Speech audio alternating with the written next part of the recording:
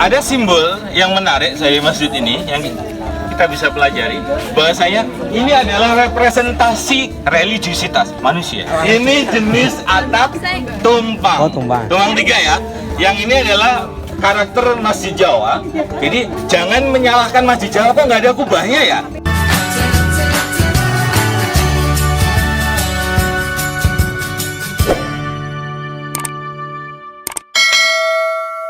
Ada sequel cerita tentang Ki Haji Ahmad Dahlan yang menarik untuk kemudian kita bisa resapi sebagai seorang pencerah begitu ya, sebagai seorang pembaharu, dan beliau memulai dakwahnya di kampung ini. Baik, nanti insya Allah saya ditemani satu orang lagi, rekan saya, guru MBS Model Boarding School, yang sedang menyiapkan air mineral untuk Bapak Ibu, dan nanti kita akan melewati 9 titik, antara lain Pendopo Kaudan Pengulon, kemudian kita nanti ke Frobel Aisyah, TK Kauman sekarang, kemudian melewati Batik Handel, kita kemudian ke Langgar Aisyah, kemudian kita nanti ke Pendopo Tablik. Pendopo Tablik itu adalah tempat dideklarasikannya Muhammadiyah. Kemudian melewati Langgar Dur nanti, kemudian kita akan sampai ke rumah dan Langgar Kiai Dahlan, dan nanti kita akan ke makam Nyai Ahmad Dahlan, dan akhir perjalanan kita adalah di rumah Tarjih ya, atau Omah Tarjih Kauman ya, yang nanti kita sebetulnya lewati, tetapi nanti kita akan kembali lagi ke sana. Baik, tidak saya berpanjang. Nanti dalam perjalanan jika ada Bapak Ibu ingin mendiskusikan sesuatu, sangat welcome gitu ya. Jadi saya diinterupsi saja untuk Bapak Ibu menanyakan sesuatu. Baik, Bapak Ibu, disinilah Kampung Kauman.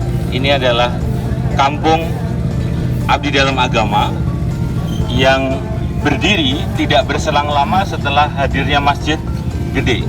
Masjid Gede ini didirikan 1773 ya. Masjid Gede ya, 1773, yang serambinya bagian depan itu dibangun 2 tahun kemudian, 1775. Nah, kita tidak bisa melepaskan wilayah Kampung Kauman ini dengan Keraton Yogyakarta, karena sebelum hadirnya Keraton Kauman sebagai ruang untuk tempat tinggal abdi dalam agama, itu ada keraton yang waktu itu berdiri ya, tidak berselang lama setelah perjanjian Giyanti 1755. Jadi kira-kira 13 tahun ya setelah keraton sebagai institusi politik berdiri, dibangunlah masjid sebagai institusi agama. Nah, dan karena Keraton Jogja adalah kesultanan, tentu eksistensi dari masjid itu menjadi satu hal yang penting. Dan satu informasi untuk Bapak Ibu, Hamengkubuwono I itu seorang perancang kota yang luar biasa menurut saya. Jadi beliau memang mewarisi dari tata kota Mataram, yang kemudian polanya itu selalu ruang politik ada di selatan, ruang sosial ada di tengah, yakni alun-alun, ruang ekonomi ada di utara, yakni pasar, dan ruang religius, ruang keislaman ada di barat. Dan hampir semua pola tata kota sejak Mataram yang kemudian diadopsi juga di Jogja, demikian adanya. Maka 13 tahun setelah keraton selesai dibangun, mungkin 11 tahun, karena keraton itu prosesnya 2 tahun, 1755 sampai 1757, kemudian 1773 dibangunlah Masjid Gede ini. Nah, hadirnya Masjid Gede kemudian implikasinya adalah dibangunlah perkampungan di belakang Masjid Gede, yakni perkampungan yang disebut Kauman, atau diambil dari kata Qaimuddin, Bah Kaum. Kita bisa begitu. Qaimuddin, orang-orang yang menegakkan agama, yang itu kemudian mereka diberi hak, awalnya adalah hak tinggal, yang kemudian pada perkembangannya nanti saya ceritakan menjadi hak guna gitu. Hak milik begitu ya. Kemudian perkembangannya menjadi hak milik. Baik. Itu sekilas tentang kampung ini. Nah, kemudian dalam beberapa buku referensi sejarah, terutama mungkin salah satunya buku sejarah Kauman yang ditulis Pak Dewi Darman almarhum, kebetulan pembimbing skripsi saya, beliau menulis sebetulnya perkembangan Kauman, oh boleh kalau capek Bapak Ibu, nanti kita juga di beberapa titik bisa duduk, tidak terlalu istimewa sampai nanti di awal abad 20 terjadi perubahan yang signifikan di Kauman saat Muhammadiyah berdiri. Tapi proses sebelum Muhammadiyah berdiri tentu kita kemudian tidak lepaskan dari sosok Ahmad Dahlan. Nah, Kiai Ahmad Dahlan, masjid ini meninggalkan satu pelajaran penting tentang Kiai Ahmad Dahlan, tentang sebuah prinsip cara pandang ilmiah tentang arah kiblat. Nah, tentu Bapak Ibu sudah mirsani sang pencerah. Nah, masjid ini menjadi saksi ketika Kiai Dahlan meyakini bahwasanya arah kiblat itu tidak exactly ke barat, tetapi sedikit condong, begitu kira-kira 23 derajat. Maka beliau berani untuk kemudian membenarkan arah kiblat. Tetapi Bapak Ibu, nanti kita akan sampai di tempat yang kedua, titik kedua selanjutnya kita berjalan. Yang beliau lawan adalah sebuah patron di Kauman. Jangan salah bahwasanya Kauman adalah kampung abdi dalam yang di situ ada orang nomor satunya, yakni Kiai Penghulu. Nah, jadi struktur kalau kita pahami di Kauman ini ada Kiai Penghulu sebagai orang nomor satu, sebagai Menteri Agamanya Keraton. Karena ini adalah Kawadan Pengelolaan adalah Kementerian Agamanya Keraton. Kemudian di bawahnya ada ketip-ketip yang disitulah posisi dari Kiai Dahlan. Artinya keberanian Kiai Dahlan untuk melawan patron di atasnya itu punya resiko yang cukup besar, yakni kemudian kita tahu langgar beliau dibakar, langgar warisan ayahnya Kiai Abu Bakar kemudian dibakar. Nanti kita akan lihat juga seperti apa kondisi langgar yang terkini begitu. Baik, itu sekelumit cerita awal. Monggo Bapak Ibu bisa berdiri dan kita akan lanjutkan perjalanan ke titik kita yang kedua, yakni Kawadan Penghulu. Baik. Kemana Bu? Ya, insya Allah di akhir.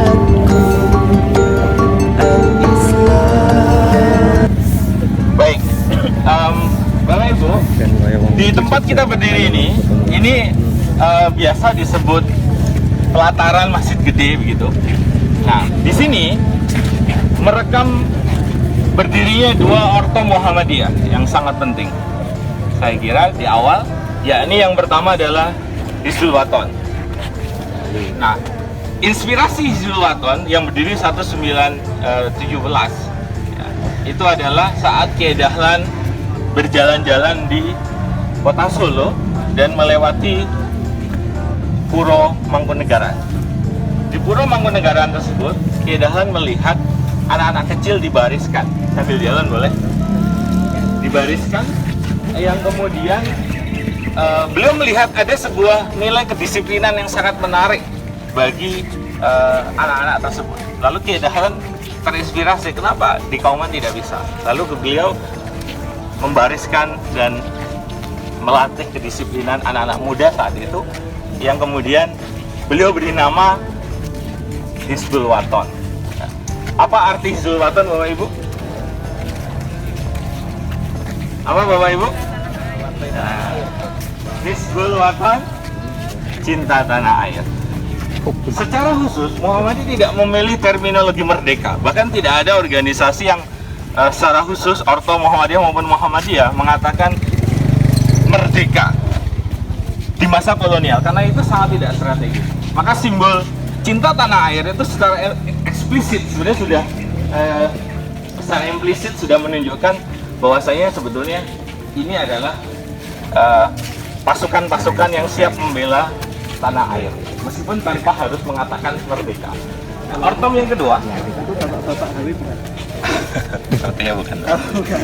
Yang kedua adalah, nah kita jangan lupa dengan bangunan ini, meskipun sebetulnya secara tata bangunan cagar budaya, mohon maaf ini melanggar karena memang ini adalah core zone dari cagar budaya di DIY yang tidak boleh dirubah dan dibangun sebetulnya secara khusus.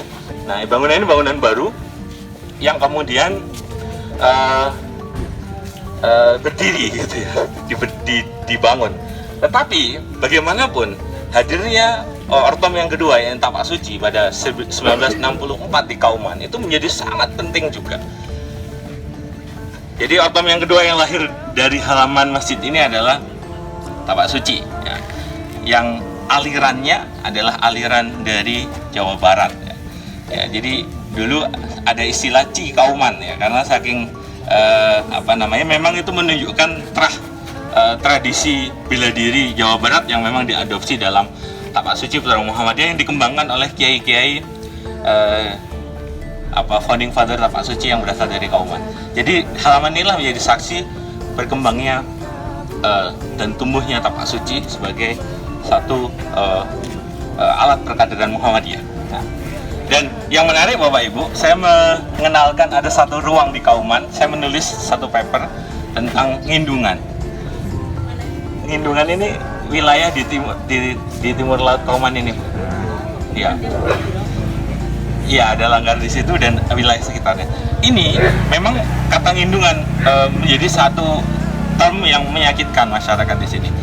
Tetapi menarik bahwasanya masyarakat ini sebenarnya sudah tinggal sekian puluh tahun sejak mereka menjadi buru-buru batik di Kauman yang kemudian tinggal di satu wilayah yang namanya Ngindungan. Tapi memang seiring berjalan waktu, ruang yang namanya Ngindungan itu memang sudah tidak ada lagi karena tanah sudah diberikan secara penuh. Tetapi secara kultur, masyarakat Kauman hingga detik ini tidak menyebut itu adalah Kauman. Itu adalah Ngindungan dan berbeda dengan Kauman. Sebenarnya lebih pada relasi sosialnya karena mereka adalah buruh batik yang kemudian mereka adalah juragan gitu kan kira-kira. Yang itu kan membangun segregasi sosial yang menarik hingga hari ini. Secara kultur, secara sosial tidak bisa diterima sebagai Kauman begitu. Ya, itu untuk informasi Bapak Ibu. Jadi saya waktu itu pernah meneliti dan saya nanya tentang ngindungan dan ada yang marah-marah. Kami tidak ngindung lagi karena istilah ngindung itu kan kami ikut gitu, ikut numpang gitu. Ya, baik, Pak Ibu, kita jalan pelan-pelan. Tanya dulu Pak, tanya dulu Pak. Oh boleh, monggo Bapak Ibu. Saya tertarik dengan pohon ini kalau bisa. Ya, secara umum memang Bapak Ibu ada banyak pohon-pohon yang secara sengaja dibangun astagfirullah, saya jadi grogi, ditanam di area Keraton Yogyakarta. Pak, tanya lagi Pak. Belum selesai Pak, sudah Pak. Semangat Pak itu. Kemudian Soalnya ada kebanyakan Pak. saya diuji disertasi nih. Kemudian ada macam-macam pohon. Memang beberapa di antaranya yang secara simbolik itu misalnya beringin sebagai simbol pengayoman. Keraton itu adalah simbol mengayomi. Maka pernah ketika beringin itu tumbang beberapa kali, itu ada simbol bahwasanya itu secara politik Pak. Tetapi juga ya dibaca adalah ada ketidakayoman yang terjadi. Nah, kemudian banyak sekali di titik di wilayah keraton termasuk di Kauman itu sawo kecil. Nah, ada simbolnya juga di situ. Simbol bahwasanya manusia harus selalu menebar kebaikan. Sarwo becik harus selalu menjadi orang baik yang menebar kebaikan. Nah, kemudian juga, nah ini Bapak Ibu saya tanya, ini giliran saya tanya ya. Oh, bentar. Ini apa Bapak Ibu? Gambar atau visualisasi apa itu yang di pojok-pojok pagar itu? Oh, itu Pak. Itu Apa yo? Rata itu. bukan itu loh, yang Rata ya? raja itu loh, stupa raja. Oh, bukan. Waluh. Waluh. Itu labu deh. Labu. Waluh. Nah, itu simbol Bapak Ibu. Simbol apa kira-kira? Simbol agar orang-orang di luar mengingat Allah. Jadi wow, diplesetkan dalam visual waluh. Orang Jawa kan nggak bisa ngomong wow kan, waluh. Nah, itu semuanya. Maka ketika ada ingat peringatan untuk kemudian berzikir kepada Allah, kemudian dia masuk. Nah, sebentar Bapak Ibu. Yang ada di sebelah pelataran kita ada gapura, dihimpit oleh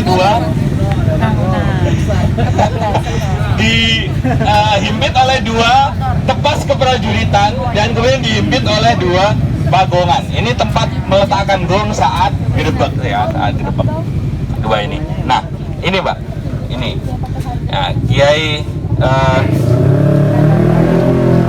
Argowilogo dan juga satu lagi saya lupa, Kiai, kan nama gemelanya ada kiainya begitu. Hah? Sanef.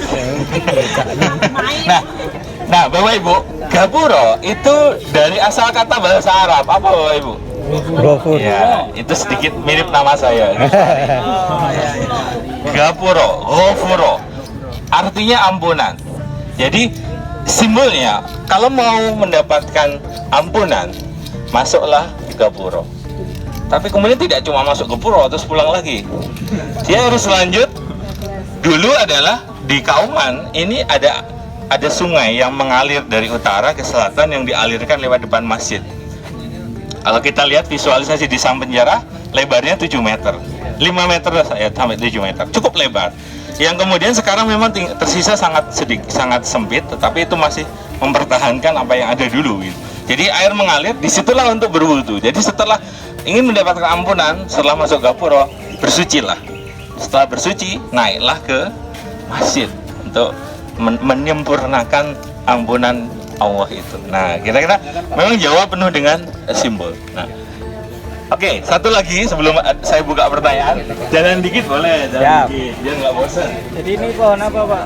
Ini pohon apa? Jadi ini pohon apa ya? Kebetulan saya tidak hafal semua nama pohon, tetapi setiap pohon yang ditanam di sini ada simbolnya. Kira-kira begitu. Kalau tahu itu yang kapan ya? Ini bukan ya? Bukan. Apa yang di sana? Nah, nanti bisa dicek. Kayak bisa riset ini. Ada Bapak Ibu dosen biologi yang bisa membantu menjelaskan saya. Ada istrinya biologi. Biologi. Nah, di sini dulu. Ada masjid yang begitu indah dari sisi utara. Aku mending pindah. Ada simbol yang menarik dari masjid ini yang kita bisa pelajari. Bahwasanya ini adalah representasi keislaman manusia. Religiusitas, mohon maaf, manusia seperti apa? Pada ini jenis atap apa Bapak Ibu? Seng. Bagus sekali. Berunda. Ini jenis atap tumpang. Oh, tumpang. Tumpang 3 ya. Yang ini adalah karakter Masjid Jawa. Jadi jangan menyalahkan Masjid Jawa kok nggak ada kubahnya ya. Bukan, karena memang mengadopsi arsitek lama yang sebetulnya tidak menjadi sebuah soal itu, bukan masalah kubahnya, tetapi ada simbol yang menarik untuk dipertahankan di sini. Yang kita pelajari, yang pertama lempeng pertama, yang paling besar itu adalah simbol banyak sekali manusia yang hanya beriman, mengaku iman, itu banyak. Saya seorang Muslim, banyak, tetapi dia belum berislam, dia tidak melakukan ritual ibadah, dia tidak puasa. Nah, jadi semakin sedikit jumlahnya orang yang berislam. Yang mengaku iman, mengimani banyak, tetapi tidak banyak yang berislam. Lebih sedikit lagi yang level yang paling atas ini berihsan. Ya, anta budullaha ka'annaka tarahu fa in lam tarahu ka'annahu yaraka. Level yang lebih paripurna di atas. Lebih sedikit lagi orang yang bisa berihsan. Nah, dan puncak itu semua adalah itu ada daun ya, dan ada goldo di atas. Ini adalah simbol tauhid. Nah, pengesaan atas Allah itu yang menjadi sangat paripurna. Maka kenapa di Muhammadiyah kita tidak boleh menyekutukan Allah, itu menjadi sebuah tekanan TBC itu, ya. Tahayyul bid'ah khurafat menjadi satu tekanan yang penting karena itulah tauhid. Ya. Itulah sesuatu yang kemudian betul-betul memanusiakan kita sebagai hamba Allah, itu adalah ketika menghadirkan pemahaman yang paripurna tentang tauhid, pengesaan kepada Allah. Nah, ini simbol dari atap-atap ini. Atap yang tadi disebut seng itu ya. Baik, Bapak Ibu, kita lanjutkan ke presentasi kedua. Monggo loh, Pak, tadi ada pertanyaan katanya Pak. Pasti sudah terjawab. Oh, alhamdulillah. Itu senior saya Pak, makanya luar biasa. Oh iya daunnya ya Pak. Itu loh yang matang.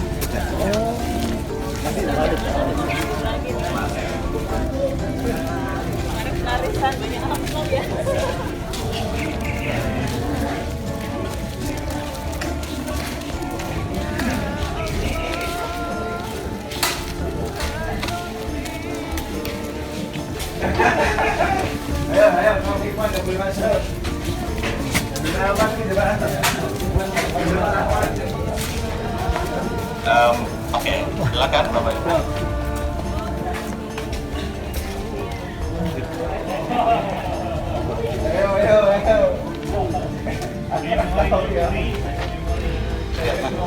Monggo Bapak Ibu bisa agak merapat.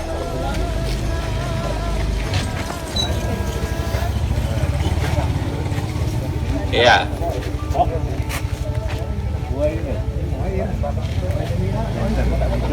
Bapak Ibu, kita tiba di Komplek Kawedanan Pengulon. Ini yang saya tadi ceritakan adalah kantor Kementerian Agamanya Keraton. Ya, ya. Kawedanan Pengulon. Kawedanan itu kantor, Pengulon itu adalah sesuatu yang membangun orientasi ke barat. Barat adalah simbol. Oh iya, mencari kitab suci ke barat gitu Bu. Simbol arah kiblat umat Islam. Sehingga Pengulon itu diasosiasikan adalah semua unsur yang memfasilitasi peribadatan kepada Allah. Maka kantor ini mengurusi yang pertama masjid, yang kedua adalah makam, yang ketiga adalah ritual keagamaan di keraton.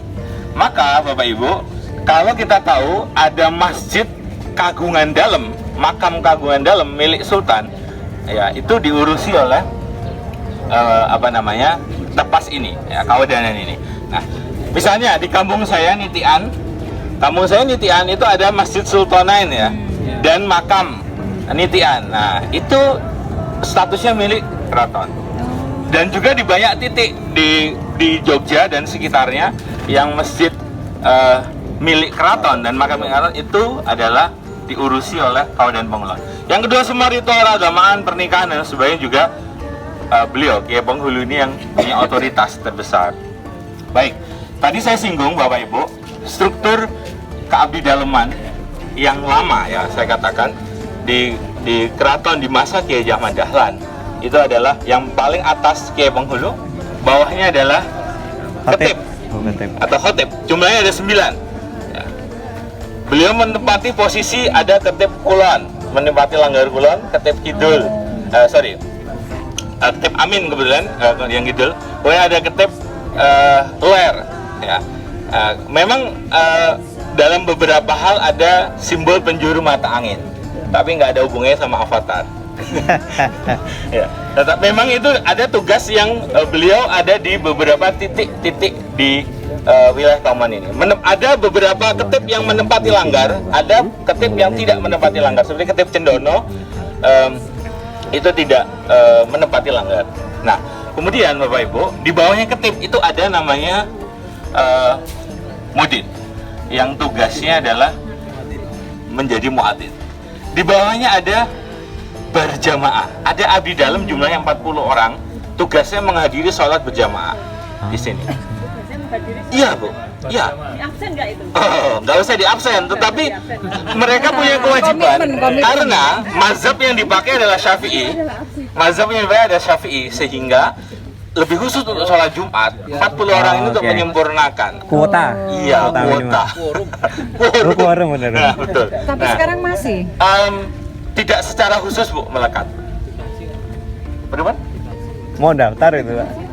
Iya, nanti menarik untuk dilihat sebenarnya struktur terbaru. Maka tadi saya sebut struktur lama dari keabdidaleman di keraton. Kemudian di bawahnya adalah marbot, menjaga keamanan dan kebersihan dari masjid. Nah, mereka ini semua di bawah otoritas Kawedanan Pengulon, beliau diberi hak untuk tinggal di Kauman. Iya. Saya kok dengar berulang-ulang kata abdi dalam ya? Ya. Kalau abdi itu kan hamba. Ya. Sedangkan dalam konsep Muhammad kan mengandung perbudakan, Ya. penghambaan. Ya. Lalu kemudian dengan kekeratonan, dengan tentara keislaman, ada strata kelas tadi di Ya. sini kaum juragan, sana budak dan lain sebagainya. apa ya? Ya, sebenarnya nggak jauh beda, orang sosialis bilangnya Buddha kan. Ya. Gitu. Oke, jadi sebetulnya istilah abdi dalam ini bagaimanapun adalah warisan dari eksistensi feodalisme yang ada di Keraton Jogja. Itu tidak bisa dimungkiri. Meskipun sudah menjadi kesultanan, tetapi simbol dia adalah orang yang ikut sultan, begitu kan? Orang yang bahkan begini Pak, konsep hak kepemilikan tanah itu kan yang lama, konsep lama adalah semua milik sultan, bisa dibayangkan. Jadi artinya hadirnya wakaf yang diinisiasi awal mula oleh Muhammadiyah di awal 1920-an itu adalah pasca diserahkannya otoritas kepemilikan tanah yang dulu semuanya milik keraton pada 1911 sampai 1918 itu kan ada proses reorganisasi tanah yang kemudian tanah itu kemudian bisa diserahkan hak milik sehingga mulai bisa diwakafkan. Dulu wakaf itu pasti identik yang bisa mewakafkan hanya sultan, lah semuanya milik sultan begitu.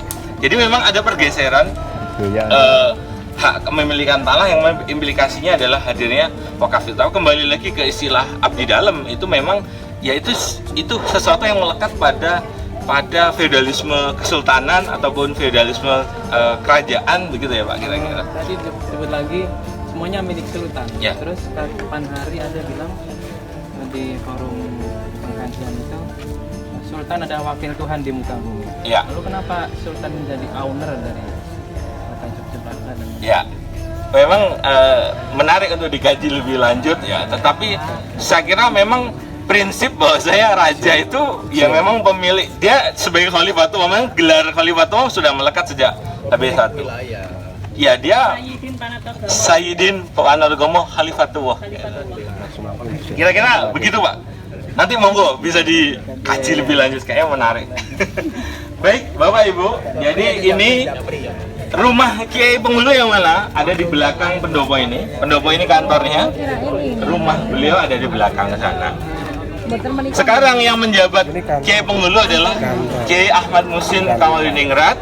Beliau menggunakan gelar Kamaludiningrat. Ada gelar lain dari abdi dalam Kiai Penghulu adalah Dipo Diningrat. Nah, tapi beliau memilih gelar Kamaludiningrat. Itu pilihan Bu, opsional gitu. Jadi apa Mas? Kamaludiningrat. Kamaludiningrat ini yang menyempurnakan wilayah ya. Dipo apa ya? Dipo Ningratan. Nanti dikepo aja. Jadi gelarnya ada dua itu Bapak Ibu. Kemudian ya bangunan ini memang cukup ya ini adalah heritage sudah ditetapkan oleh pemerintah provinsi selain Masjid Gede. Jadi area Kabupaten Bungelon dan Masjid Gede ini. Oke.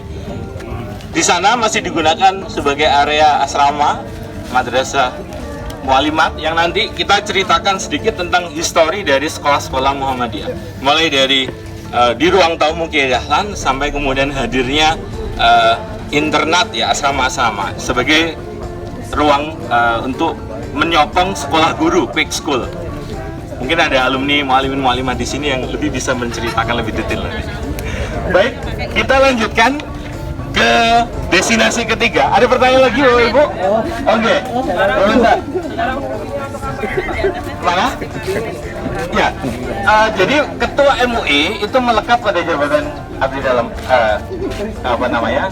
Kiai Bengkudu. Jadi beliau Kiai Ahmad Musin Kamaludiningrat sekaligus menjadi ketua MUI dan beliau juga anggota majelis Tarji. Gitu. Ya, yang belakang rumah, yang ini kantor.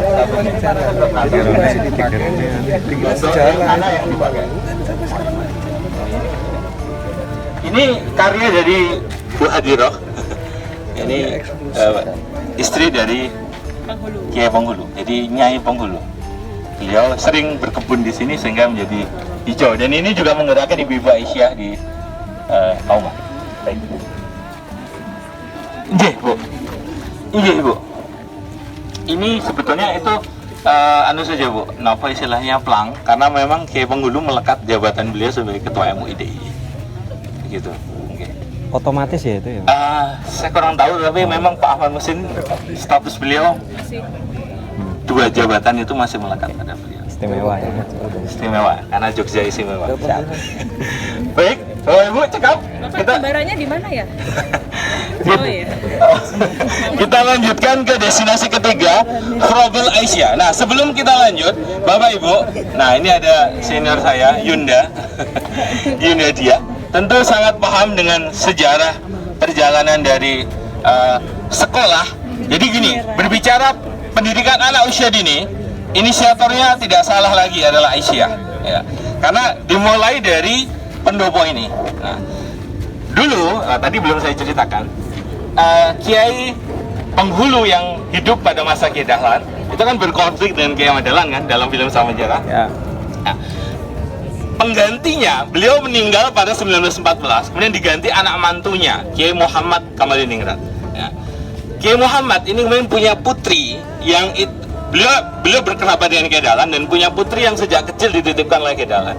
Nah, putri beliau inilah yang kemudian menjadi salah satu kader-kader pertama Aisyah, Bu Umniah, ya, Bu Umniah, yang kemudian beliau meminta izin ayahnya dan mengizinkan kegiatan pendidikan anak usia dini waktu itu yang disebut Frobel, istilahnya bahasa Belanda, dilaksanakan di pendopo Kabupaten Pengulon. Dulu pada masa kakeknya Siti Umniah, boro-boro gitu kan, nggak mungkin ada komunikasi yang baik dengan Kiai Dahlan. Tapi semenjak berganti Kiai Penghulu, kemudian ada kedekatan dan kemudian Muhammadiyah bisa berkegiatan di sini. Baik, nanti saya akan ceritakan satu hal yang inspiratif dari perjalanan Muhammadiyah di awal, di pertengahan dekade kedua abad 20 di Kauman, ya, tentang filantropi. Saya koreksi yang Frobel itu bukan dari Belanda. Jadi Frobel itu nama filosof pendidikan dari Jerman. Oh iya, Yang mengeluarkan tentang mencetuskan tentang anak-anak pendidikan baik. anak-anak. Tetapi matur nuwun Bu, tetapi memang bahasa Jerman dan bahasa Belanda itu saling berdekatan, ya, sehingga bisa jadi memang diadopsi. Tetanggaan kok mereka. Iya, jadi memang diadopsi, Bu. Tapi memang tentu karena dulu di masa kolonial paling logis adalah adopsi istilahnya memang dari pendidikan model di kolonial ya Belanda, yang mungkin teradopsinya dari Belandanya dari Jerman. Baik, kita Mas, lihat. Mas. Oh iya Pak. Masyarakat sini ada yang terlibat kegiatan untuk penjelasan tentang gaib ini enggak? Oke, terima kasih Pak. Di awal kami merintis tahun 2010, tentu kami melibatkan dan ada Pak. Tapi dalam perkembangannya tidak bisa cukup mudah untuk kami rangkul lagi. Ini sedang kami upayakan melalui perpustakaan Masjid Gede untuk kami ingin mentransfer, karena kami sejak 2010 tentu juga ada keterbatasan waktu, energi. Ini aja kalau tidak di WA Pak Hendra harus jenengan yang guide, itu saya mungkin mendelegasikan gitu.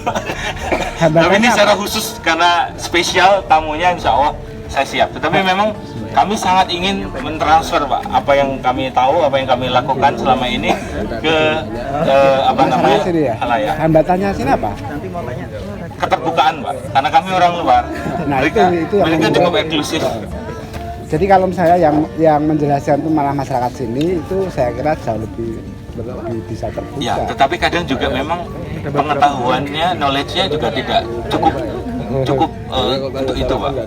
Jadi ya kami masih terus berusaha. Yang jelas ini kami harus senantiasa melibatkan masyarakat lokal. Oke, atasan Pak. Kejatuhan ya Pak. Wah. Tapi kalau nanti saya ada apa itu nanti ukuran Pak. Jangan. Iya enggak. Baik, kita lanjutkan ke TKA Pak. Tadi sedikit saya sudah ceritakan problem. Lanjutkan ceritanya di Yang maklumin Mbak, teman seruangan saya.